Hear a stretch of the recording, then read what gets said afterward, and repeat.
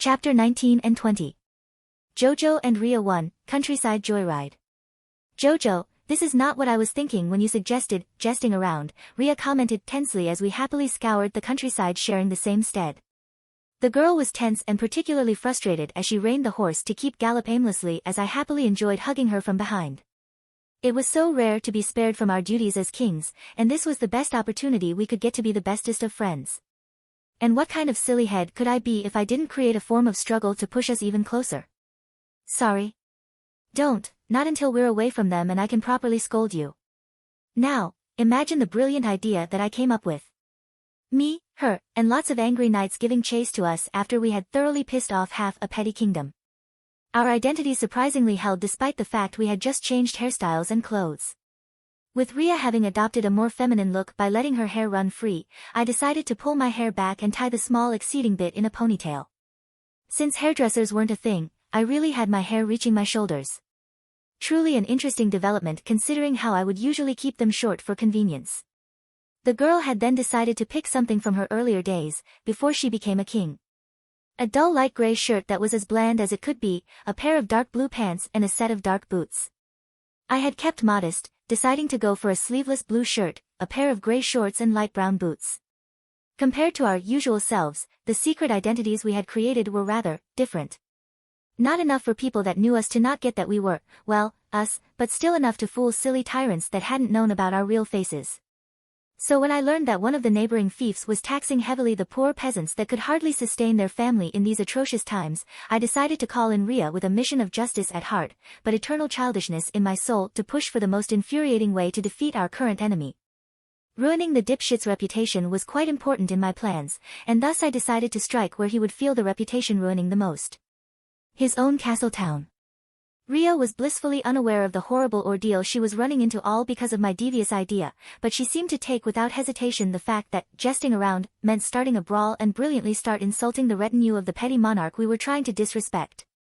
At first I doubted the girl would have managed to swear at them, but I found that very experience rather enlightening. Not only I learned that the blonde was well capable of saying bad words, but I learned some that I didn't know about. Either those were common in this time period, or Ria just had a natural affinity in being a potty-mouthed trash talker. So after making sure we had all of them pissed and running at us, the only thing that remained was to bail on them before they could have overwhelmed us. The horse we stole neighed, either protesting the unpleasant amount of weight it had to bear with or because we had been chased around for almost an hour now. The poor thing sure looked tired and ready to drop dead any time now. Jojo, stop monologuing. We need a way out. Yeah well, how about we go there I said while aiming at the large patch of forest we were approaching, and then I whispered the rest of my glorious plan to her.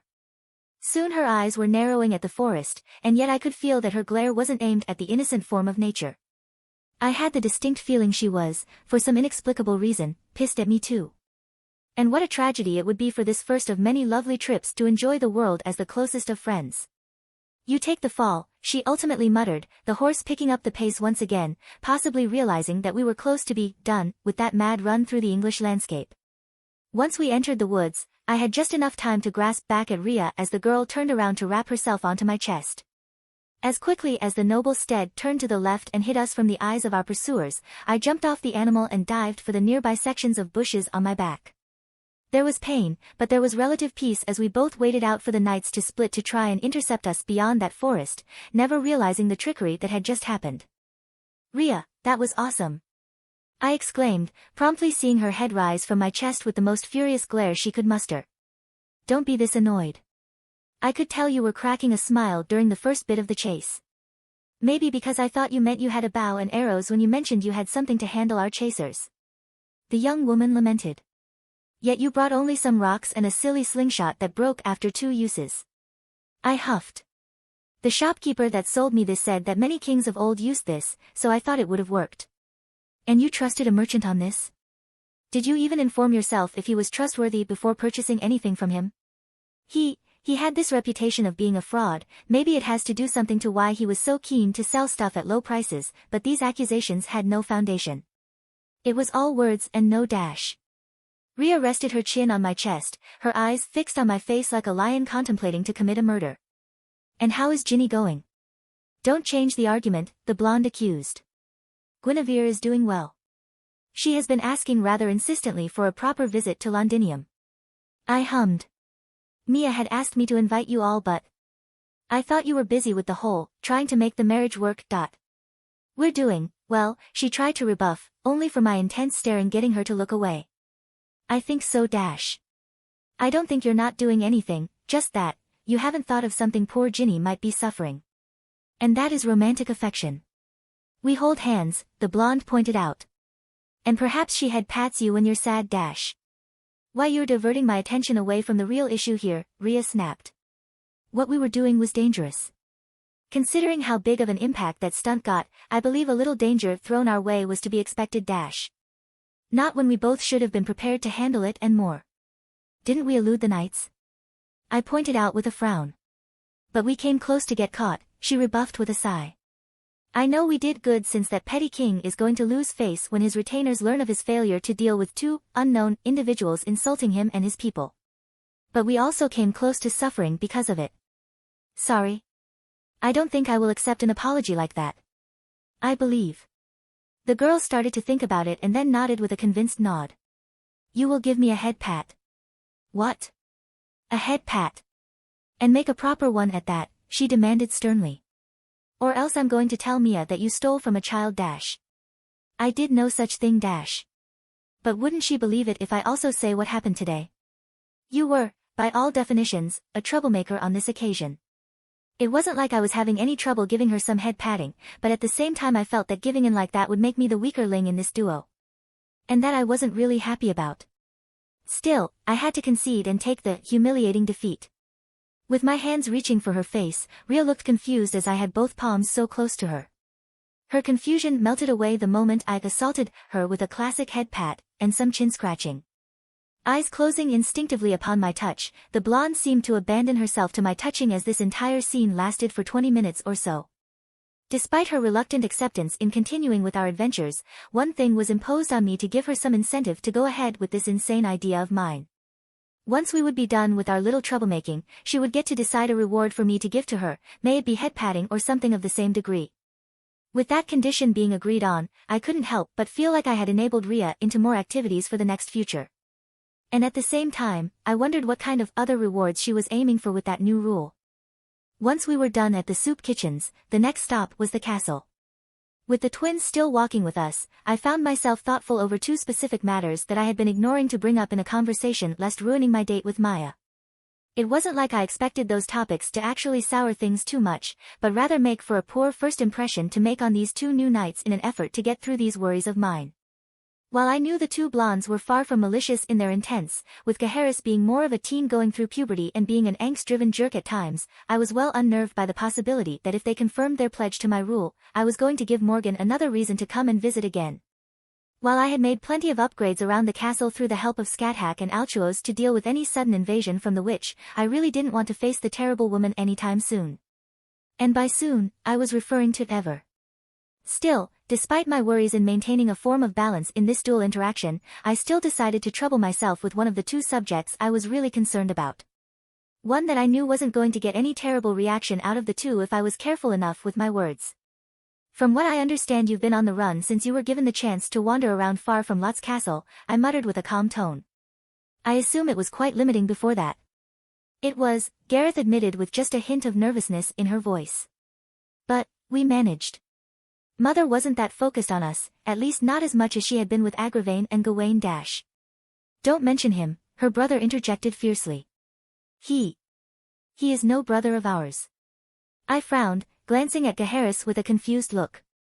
Are you referring to Agravain? No, the young man quickly replied, his stare moving away from me as if having some trouble keeping it while talking about this very topic. Gawain is not our brother. Wasn't he? I'm sure he didn't mean it. He would have gotten us out too if he could have at the time, his sister remarked, getting a growl out of the blonde. Sure, and then he would have led us to the mystical land that does not exist. I stared at the two with an interested look, trying to make sense of the whole situation since I didn't have much background on these siblings before the tales of their glorious deeds. I knew that they were all born from the union of Morgan with King Lot, but I didn't know how the situation in their home was before they left to ally with Arthur. Most of the sources would confirm Gawain as a warrior that ended up traveling to Jerusalem in a pilgrimage before deciding to return to his homeland to join Arthur's cause. Some even went as far as saying that at the time he was back home he had gone through a couple of wars in the Middle East and continental Europe that he had been active about. I doubted this was actually the case since that kind of voyage was quite prohibitive in terms of expenses and physical capacity to live and survive the chaotic infighting still happening in Europe, and I really couldn't see someone that wasn't born to respect or even know about Christianity to actually make a trip in Palestine for no major reason.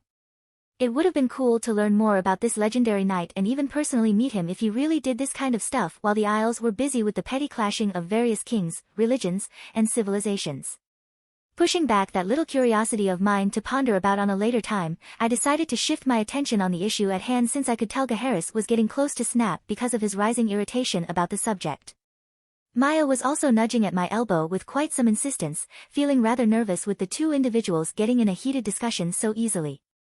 Like, what did Gawain do to warrant this much anger from his younger siblings? How about you two stop discussing and getting this much attention on yourself? I offered quietly, managing to at least get Gareth's focus away from her brother. She looked surprised at first but soon bowed her head in minor embarrassment at being called out like that. Her brother followed suit shortly after, his attention briefly turning to me before the realization of what I was hinting seemed to get him to flush in frustration on the slightly humiliating comment. "Apologies, Your Highness," the blonde replied with a humble tone. "We will stop dragging attention on us like this and dash." "I don't mind you two chatting about that kind of stuff," I interrupted quietly. "I don't see any reason to stop you from doing that. Just don't get too incensed by simple words." "Your Highness, my memories are difficult to keep in check without having my ire rise because of those," Gaheris admitted with an unhappy sigh. "I will try to be more mindful and dash. How about we try something that I know might help you two in the long term? Nothing about magic or any of that stuff, only proper conversation through a reliable judge." "What?" Gareth inquired, getting Maya to giggle at that cute tone she got as she said that. "I think Joseph is referring to me," the white-haired woman explained. "While I might not know what exactly you two are discussing, I wouldn't mind giving my own opinion if you're willing to spare me a simple explanation about what you're talking about." "But why?" Gaheris asked with a more confused look, accentuated by his deepening frown. "I mean, no disrespect to you, Your Highness and Lady Maya. But why is this important?" I sighed, glancing around in an effort to clear out my mind and leave just a good explanation to that kind of snooping we were trying to pull in that instant. Sadly for me, someone else had been more than ready to answer as I came up with my own answer. The king is someone that values people's issues. Those problems that could potentially harm the growth of those he trusts upon, and that could possibly endanger those around them, Lancelot said with a confident voice. "While your distrust is legitimate, I too believe that keeping this kind of problem away from resolution will only harm you in the long way. Still, why Lady Maya? I don't have anything against her but... You don't see how she could help you, don't you?" I sighed. "Gareth, my fiancé is someone that is more experienced in handling emotions. I'm more logical and she is someone that cares mostly about feelings and passion itself." The girl nodded, still looking partly confused by my reasoning but still accepting the idea despite this very issue. Gaheris took a little more to understand this, but he eventually decided to see what kind of plan I had laid out in this situation. The lance wielder was the first one to speak. The blonde offered an account of swift events with some extra details around the bits that could have incriminated Gawain of what was being accused about by the fellow swordsman. Her twin was a little less restrained with his version of the final events. I listened silently as he detailed how his brothers had decided to betray them by leaving them to their devices when he had the chance of escaping their mother's influence. Gawain didn't seem to have ever mentioned this interest, and thus the possibility of this being a betrayal of sorts stuck around the mind of Gaheris. The young man was angry, frustrated, and potentially in serious need of some sleeping from the dark bags under his eyes. While his story did make it seem like their old brother had decided to leave them despite his clear affections for them, combining both versions of the tale offered a better understanding of that very instance. It was easy for me to understand where the real problem was, instead allowing Maya's to raise her own points on the matter since she was the one that was meant to dodge. "I think your brother didn't leave you too because you were a burden in his eyes. I think from the way you described him sounded like a nice person. One that would do his best to protect that part of the family he considered worthy of that kind of love, and to never leave those he cares about without a good enough reason." Maya spoke up with a convinced tone. "In fact, I believe there has to be more to the story.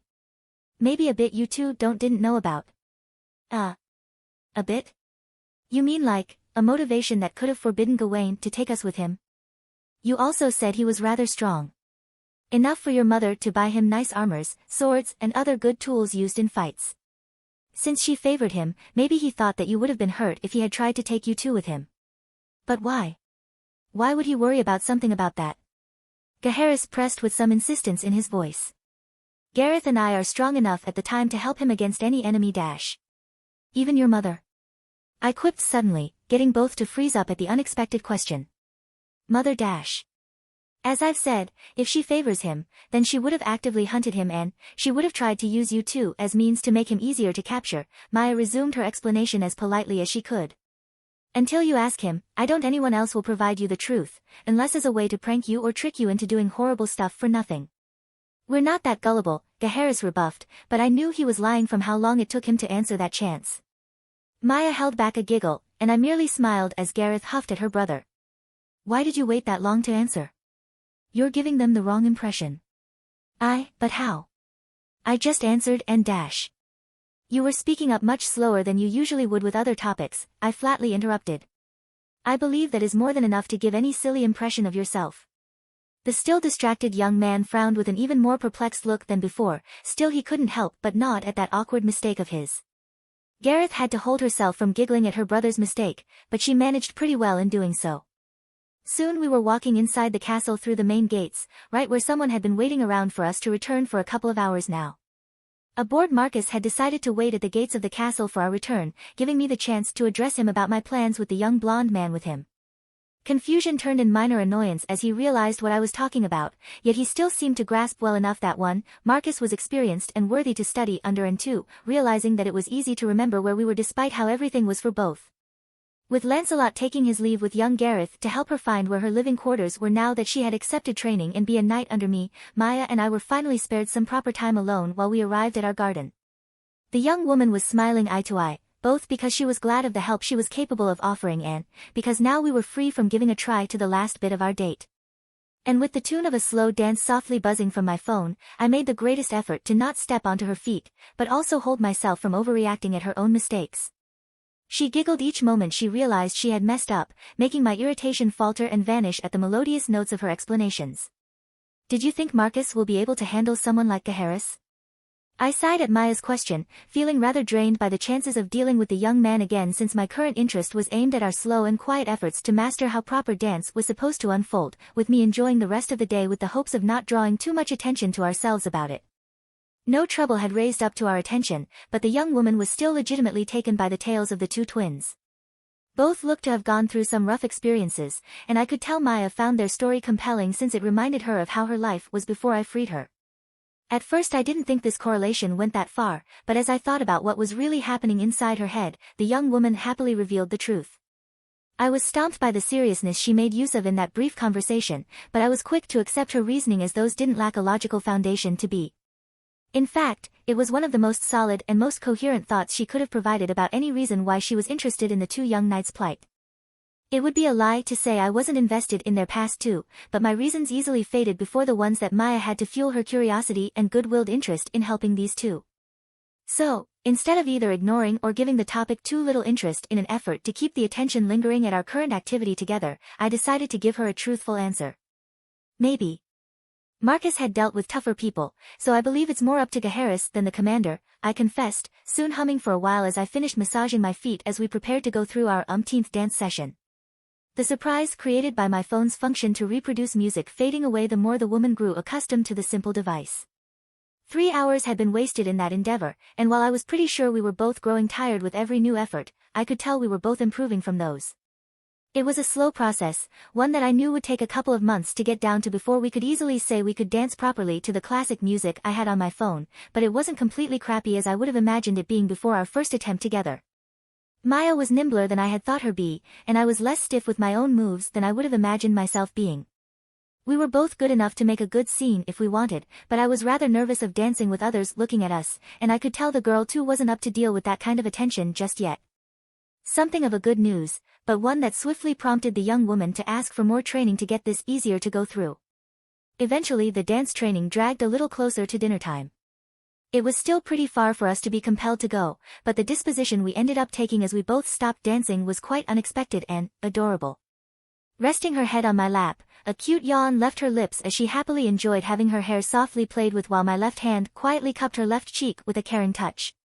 It wasn't the first time we ended up in that position, but I felt a sense of completion to see her like this for today. I knew that the reason she looked so happy despite her tired attitude was because I had managed to give her the day she wanted to spend with me. It was different in some aspects from what I had initially planned it out to be, mostly with the arrival of both Gareth and Gaheris, but it was still easy to manage as we went through our planned stops without much of an issue with these unexpected developments. In fact, I was willing to say that these unplanned additions only heightened the uniqueness of the day of a couple of touches, giving us both something to handle together as a team rather than being restrained to the usual couple-related activities.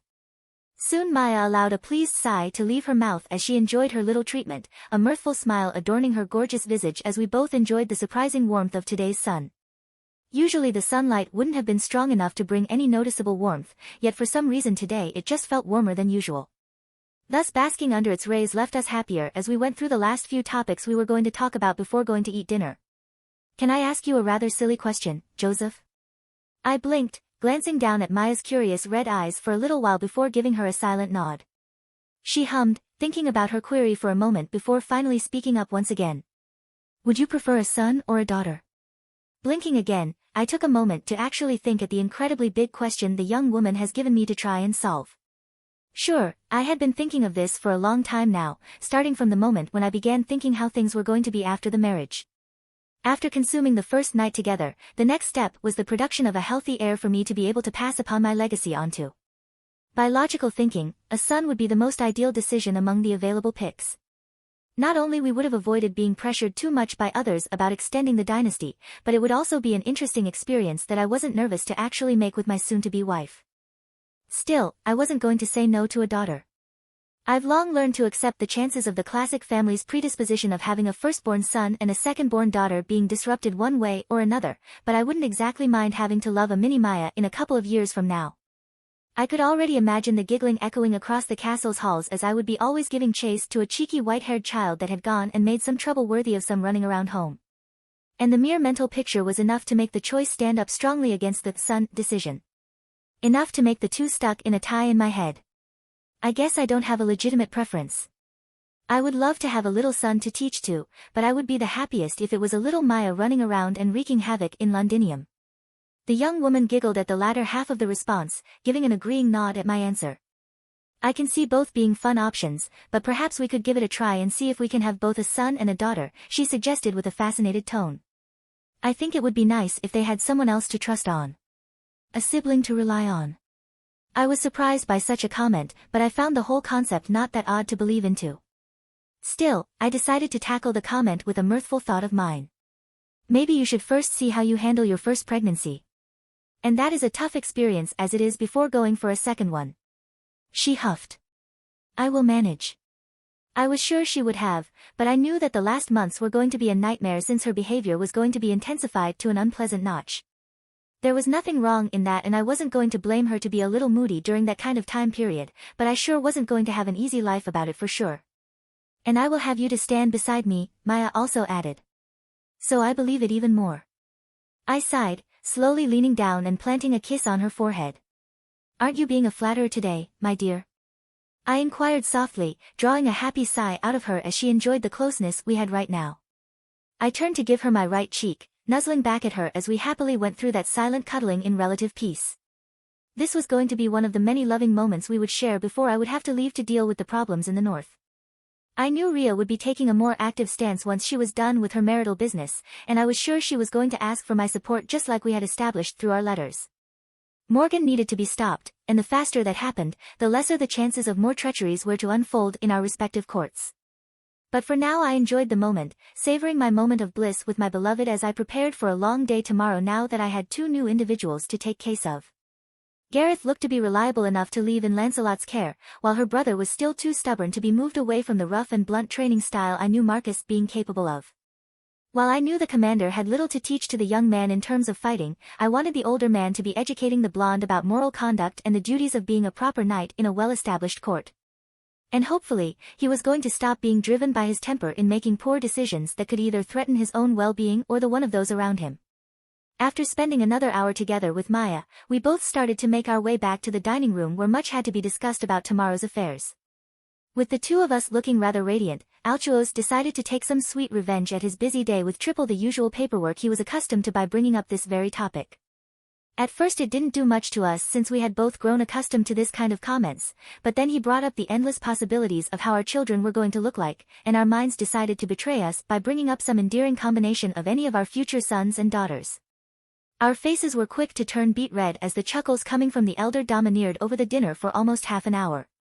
Still, with the pleasant developments making this day the best in a long time, I felt the need to think and prepare as I knew this wasn't meant to last. Something just felt like things weren't going to keep up this good, especially with how tense the situation with the petty kingdoms was slowly turning into. I needed to make plans and prepare for the inevitable and, perhaps, it was time to stake some claims and remove some of the pillow nations that existed between Londinium and the Lothians. Maybe Morgan wasn't looking at us while I tried to accomplish the extremely delicate task of doing so, that is.